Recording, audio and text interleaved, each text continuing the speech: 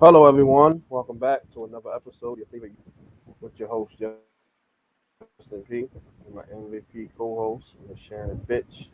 This is episode 62. All the links are right there in the description.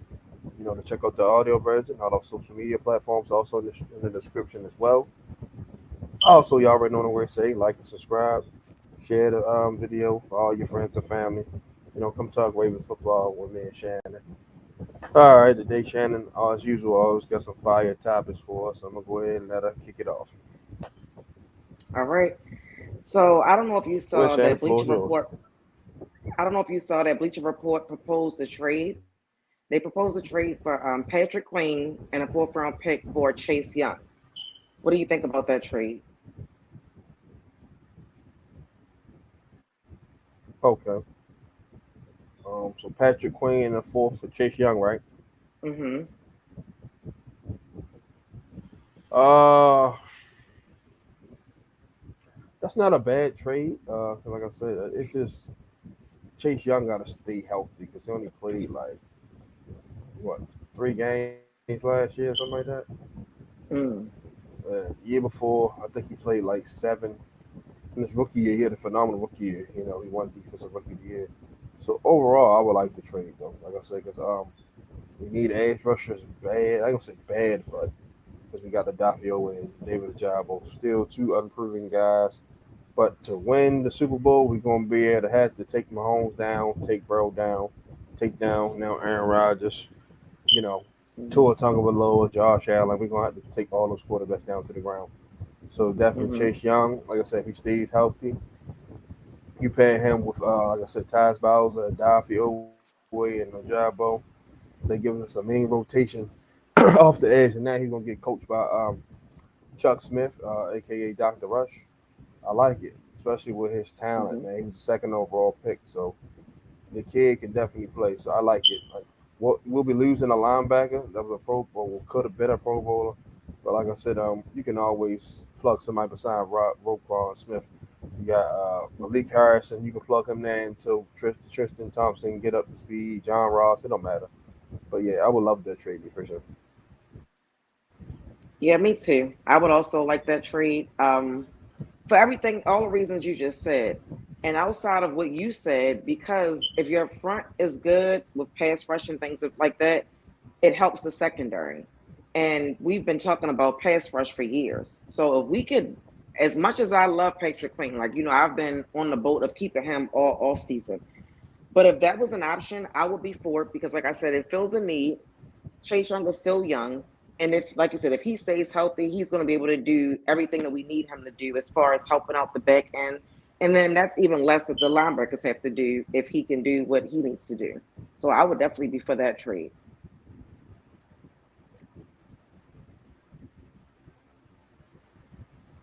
Gotcha. Hold on 1 second. Okay. Sorry about that. I don't know what's going. There we go. Our next topic right here. Go ahead, Shannon. All right. So it was an article that was written about retired players who are locks for Hall of Fame. And the conversation came up about Terrell Suggs being a lock. And then Yanda also came up about whether or not he's a lock. Do you think that Terrell Suggs and Marshall Yanda are first ballot Hall of Famers? And both of them are eligible in 2025.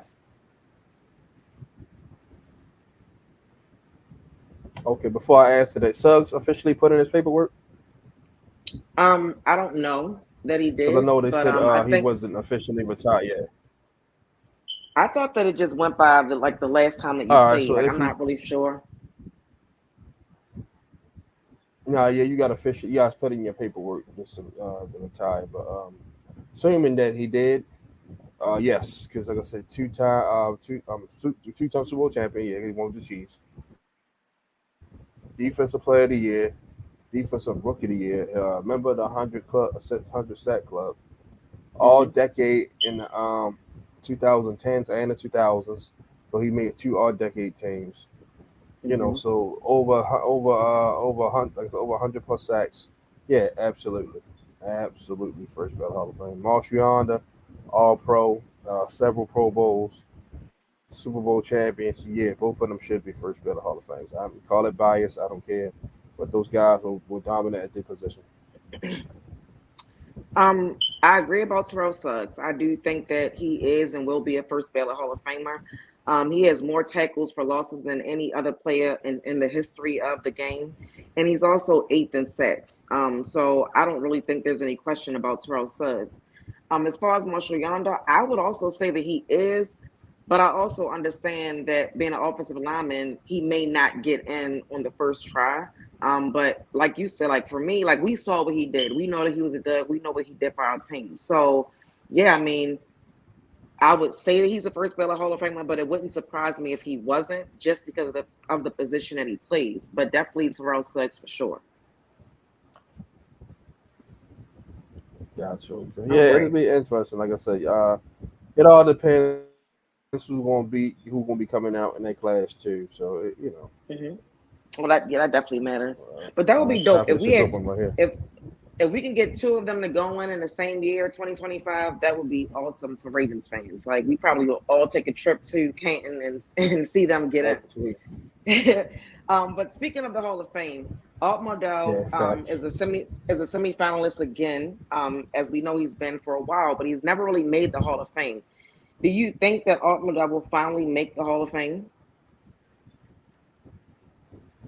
I'm gonna say yeah, because he should have been in. Like I said, it sucks because the Hall of Fame is up there in Ohio, so basically like 30, 40 minutes away from Cleveland. So it's always been a disdain on him for moving the team, Hmm. Hmm. which is completely unfair because he let them know ahead of time that he was moving the team. He ain't sneak out in the middle of the night in the Mayflower. Cough, cough, feel me? So and they got their team back in 3 seasons. Kept the name, the whole nine. So it shouldn't have been no ill will towards Hard him. Like feelings. we Hmm. had to wait 12 years and root for the Redskins and all these other teams and all that. Like it's crazy, man. Like I said, man, Art Modell, the Modell family are pioneers in football, man. He brought football back to Baltimore, so he will always be loved and by the city of Baltimore. So yes, he's definitely want to make the Hall of Fame. I'm gonna say it now because he should have been there, man. This was straight up this was a straight up hate crime. Literally, this was a hate Hmm. crime because Art Modell has been a part of the NFL for like over before he passed away. I want to say at least 50, 60 years. So Yeah. definitely, yeah, definitely. I think he finally get his flowers this year and get that gold jacket. Yeah, I agree. It's long overdue. The Go ahead, I'm reason done that talking. we watch football the way we do is because of Art Modell. Like with the history of the NFL, he helped with the TV deals. Like I said, the way we watch football is because of him. I also understand people of Ohio being upset that he moved the team.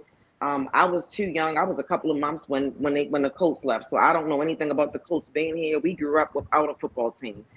And I know the stories that they told me, and a lot of people do not like the Ursays, and I completely understand how that feels to have your team taken from you.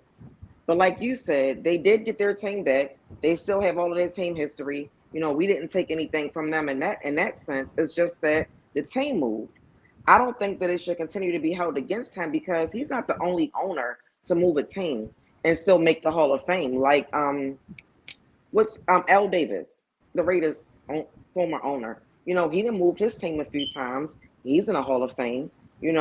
So and it's other teams as well. You know what I mean? So if you're not going to hold that against them to get in the Hall of Fame, I don't feel like that should be held against Art Modell because what he's done for football in general over the years, like since it's a he's attributed to a lot of it. Like I don't understand how you keep him out. Like at this point, it's personal, and that's a problem for me. So the man is deceased.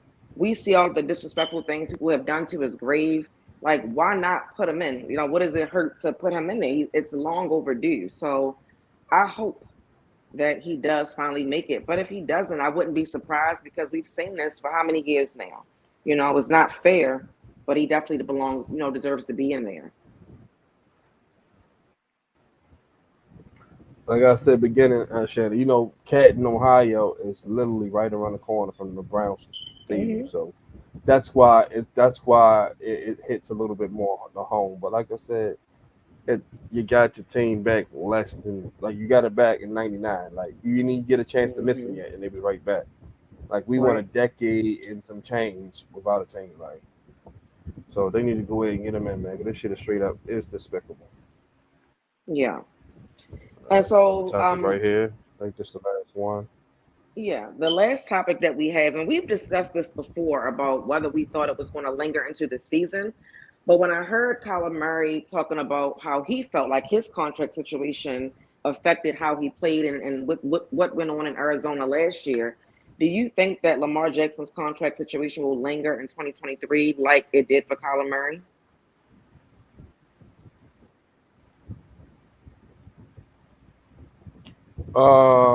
I mean, no, because it's already behind him now. Like I said, he already signed. Now, if he gets hurt or whatever, he's under contract. So it's like he ain't got nothing to worry about. He got that sense of security now. Whereas though him playing on the franchise tag would have probably bothered them because it's like, damn, they don't believe in me or they don't believe I can lead this guy team long term. But Hmm. he got the bag now, so now he can play free. He can play free. He ain't got, he ain't got to play up tight. He ain't got to, oh damn, I ain't gonna scramble on this play because I don't want to get hurt, and I ain't got no sense of security. He can play free. Like I said, he can play Hmm. free and do his thing. It won't bother him all. Like I said, we met all his demands for the most part. Got Odell drafted as a. We still may pull something out back pocket and get D Hop. The door hasn't been shut on that yet. But no, I don't think it's going to linger into the season. I think that's already behind him now. Hmm. Calamari's situation was complete different. He just like he got paid and then had all these demands and didn't perform the way he wanted to perform, and then he got hurt. So then he wants to study, and anytime they got to put a study clause in your contract, that shows you wasn't putting in the initiative. You've never Hmm. heard that about Lamar. Had to force him to watch film or anything like that. Never. They say he's always around the facility. He loves football. He always getting with his guys, working out and stuff like that. So that's the difference between the two. Like Calamari, his he don't love the game like Lamar does. Lamar loves the game of football, and it shows. Hmm. I agree. I think that the reason why it was an issue for Kyler Murray is the way that he went about it initially. It was like he just finished his third year, I believe, and was kind of like demanding to be paid. And it's like he kind of put the Cardinals in a hard spot where they had to do what they had to do just to get him there. And I also think that the Cardinals or somebody in that organization put that line out about the studying because why would he want that out? Like it had to come from somebody, and I doubt that came from him and his agent. So the Cardinals kind of like got their lick back, and by them Right. getting their lick back, the whole world knew that Kyler Murray obviously wasn't putting in the work like he's supposed to be doing, right? So you get paid, you have expectations. Everybody knows that or thinks that you're not studying or working hard enough. We see you arguing with the head coach during games. It was just one thing after another, and I kind of think Kyler did it to himself, but I don't think that's going to be an issue for Lamar because everybody wanted Lamar. Like, it's unfortunate that Lamar had to actually get to the fifth year of his contract and the franchise tag had to be applied. But that's the business side of sports. Unfortunately, the business side is not always pretty. And so that happened. But it was never a situation where the Ravens didn't want Lamar. Every move they made this offseason, even when he wasn't signed, was with Lamar in mind. So I think that getting the deal done, it was something that was fair for both sides. We've seen Lamar working with Odell, working with Zay Flowers, putting him work with different guys. We see him getting the job done right, like what he can do at this point. I think he's going to come into the season ready to prove, why he was worth what he received, but also just happy to be in a new system and do something new. I don't see it being a situation like Kyler Murray because Lamar is just more mature to me than Kyler Murray is. Like I don't really hear any bad things about Lamar. I think that the baddest, as far as the way he acts, I think last season might have been the worst we've heard of Lamar because last year we did hear rumblings of him not engaging with the team, not engaging during practice, not engaging in when they're with their position coaches and things like that. But I think that was more about Gary Roman, play calling, not having help, and also wanting his money. But now that all of that is no longer an issue, I think that Lamar's going to be perfectly fine. Like I just don't see it being the same situation. But it was just interesting to hear Kyler Murray say that he thinks that that's what affected him last year.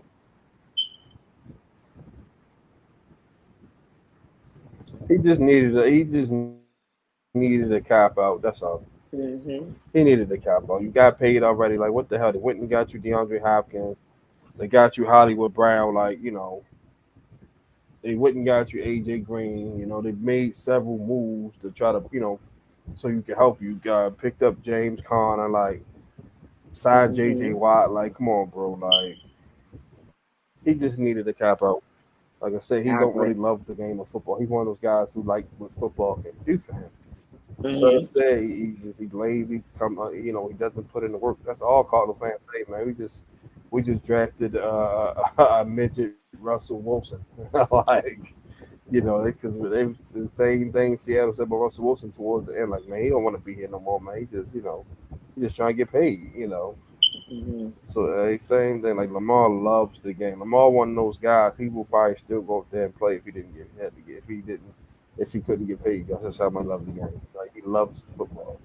So with the new Yeah, offense and new weapons, like I said, I think he'll go up there and put on a show, man. It's gonna be one of his best. It's probably better than MVP season.